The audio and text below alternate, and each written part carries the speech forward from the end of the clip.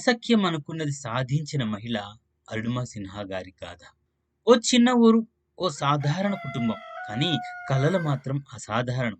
ఇది ఉత్తరప్రదేశ్‌లోని ఓ middle class అమ్మాయి అరుణిమ సిన్హా కథ. ఆమె చిన్నప్పటి నుండి ఒక గొప్ప క్రీడాకారిణిగా మారాలని కలలు కనేది. వాలీబాల్ కోర్టులో పరిగెత్తే ప్రతిసారి జాతీయ స్థాయిలో భారత్ తరఫున ఆడాలని ఆశ. Railway station.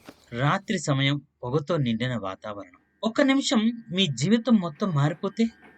ఒక్క క్షణం మీ కలలు అన్నీ నాశనం అవుతాయననిపిస్తే? అదే విధిగా అరుణిమ సిన్హా గారి జీవితంలో ఒక ఘటన ఆమెను మిగిలిన ప్రపంచం నుంచి వేరు చేసింది. కానీ అదే ఘటన ఆమెను గొప్పతనానికి నడిపించింది. Muzaffar Nagar railway station. Arunima ticket పట్టుకొని వెళ్తుంది. 2011 చలికాలం రాత్రి లక్నో నుంచి ఢిల్లీ వెళ్లే రైలు.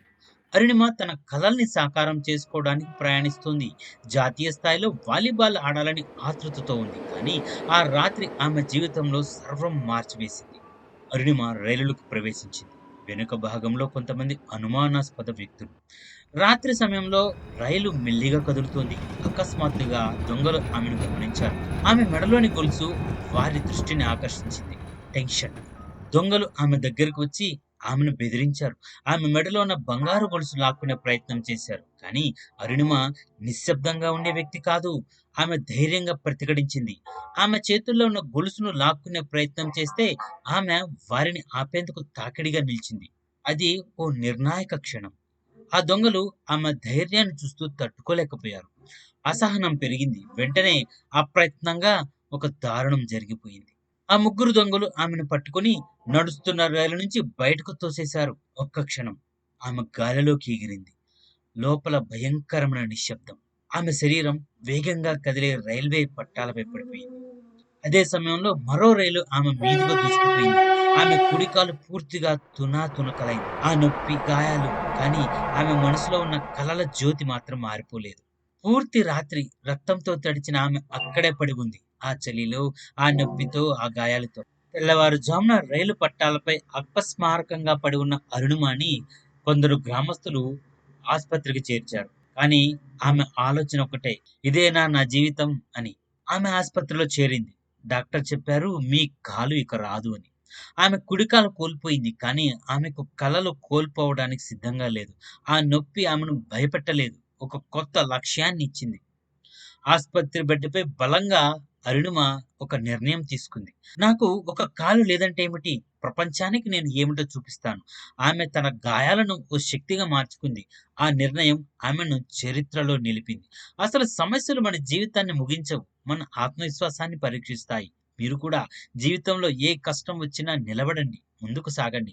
అరుణిమ సిన్హా గారి జీవితం మీకు ప్రేరణగా నిలిస్తే డాక్టర్ మండగంటి ఛానెల్ సబ్స్క్రైబ్ చేయండి.